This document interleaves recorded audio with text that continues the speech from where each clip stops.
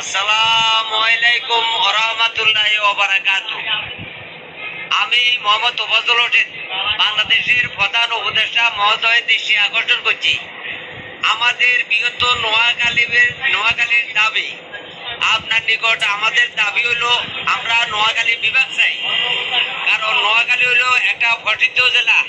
এটা অনেক পুরাতন জেলা নোয়াখালী। লাগান, আরও লাগান, গ্রামের মাঝে আরও ইন্টারনেট লাগান, ফ্রি ওয়াইফাই লাগান।